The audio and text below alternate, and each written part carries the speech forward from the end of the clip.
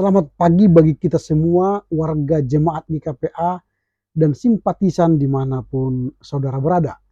Kita jumpa kembali pada hari ke-228, 2023. Sebelum kita mulai karya pengabdian kita hari ini, marilah kita mohon hikmat bimbingan Tuhan, kita berdoa.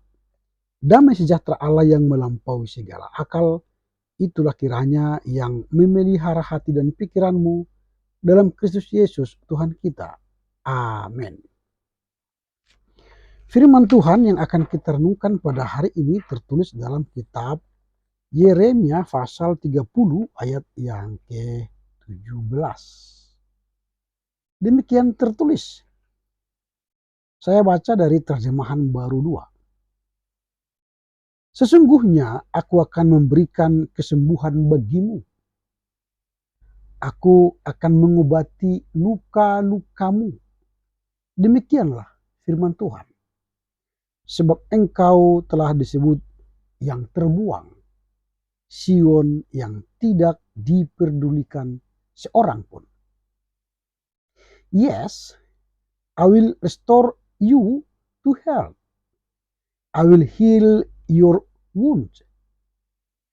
I the Lord affirm it. For you have been called an outcast, Sion, whom no one cared for. Amen. Yang berbahagia ialah mereka yang mendengar serta memelihara kebenaran firman Tuhan.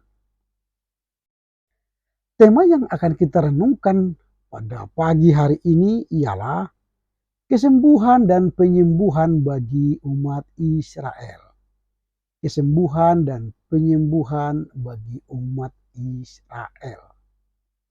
Nas hari ini merupakan salah satu bagian dari pesan penghiburan dan pemulihan yang diberikan Tuhan melalui Nabi Yeremia bagi umat Israel.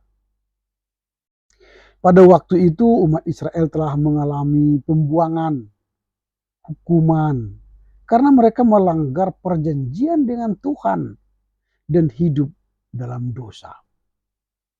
Meskipun mereka telah menderita akibat dosa-dosa mereka, Tuhan ingin menghibur dan menguatkan mereka. Dalam nats hari ini, Tuhan menjanjikan kesembuhan dan penyembuhan bagi umat Israel. Jadi Tuhan menjanjikan kesembuhan dan penyembuhan bagi umat Israel.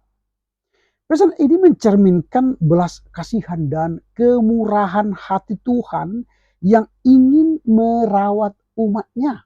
Jadi Tuhan memiliki hati belas kasih tatkala melihat umatnya dihukum, dibuang, lalu dia punya belas kasih untuk merawat umatnya.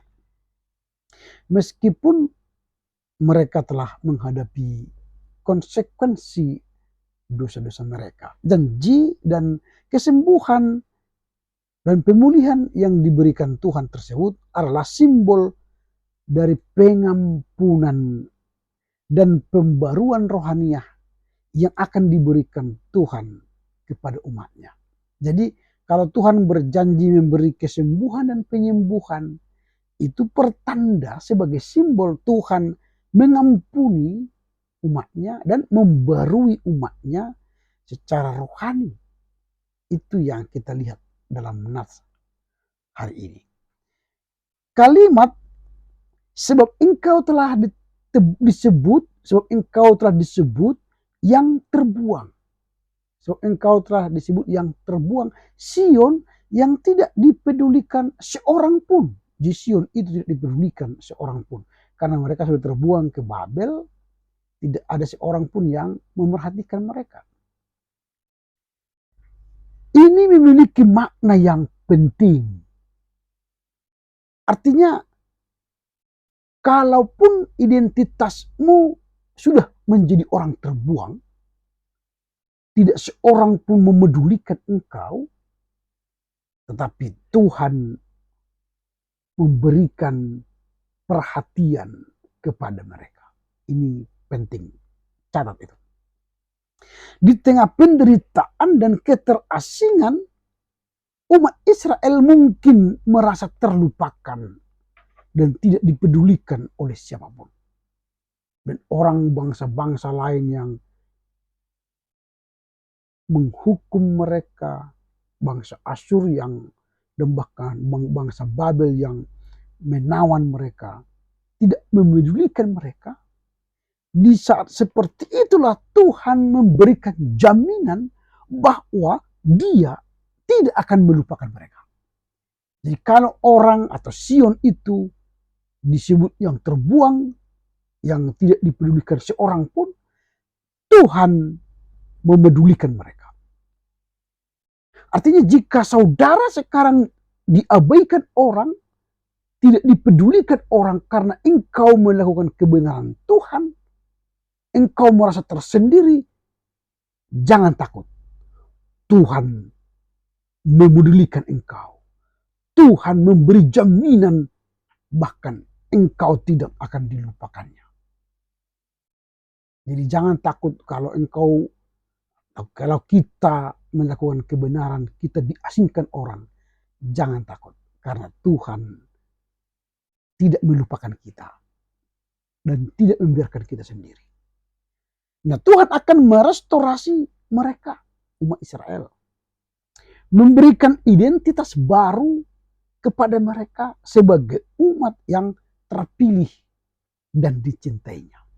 Jadi umat yang dianggap orang terbuang, yang tidak dipedulikan, diberikan Tuhan identitas baru menjadi umat yang terpilih dan dicintainya. Ini yang penting dari Natsar ini untuk kita pahami. Pertanyaan kita sekarang, apa yang hendak kita renungkan dari nas hari ini? Ada beberapa hal. Yang pertama, kasih dan pengampunan Tuhan. Ini perlu kita renungkan.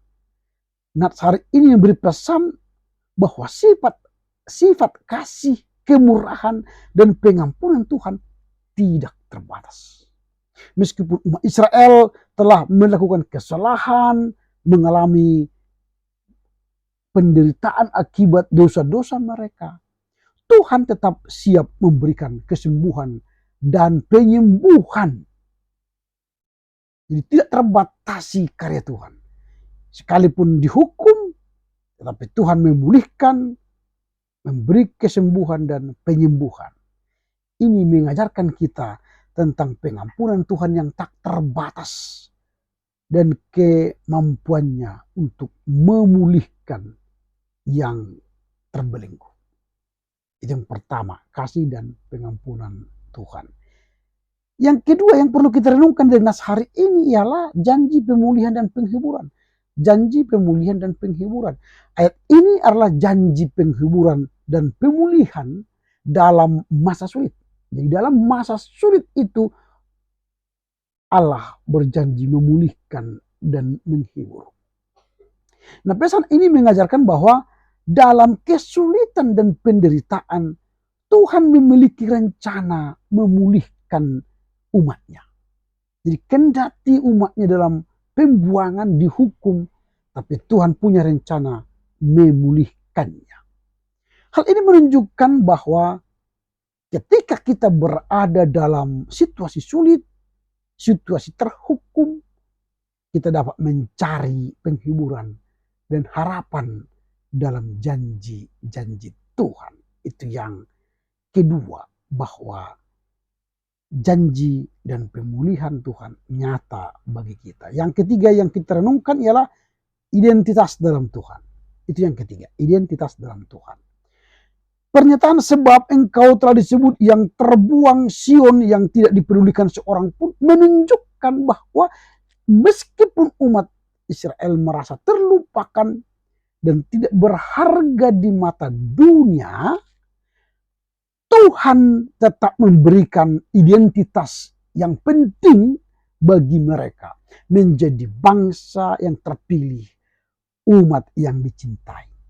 Jadi kendati pun tidak ada orang yang menyukai kita di dunia ini karena melakukan kebenaran, ingat, Tuhan mencintaimu dan mengasihimu. Itu penting. Ini mengajarkan kita bahwa meskipun kita menghadapi rintangan, tantangan, kesulitan, pergumulan, kita selalu memiliki harapan dalam Tuhan. Itu yang ketiga. Yang keempat, kita memiliki pesan tentang harapan.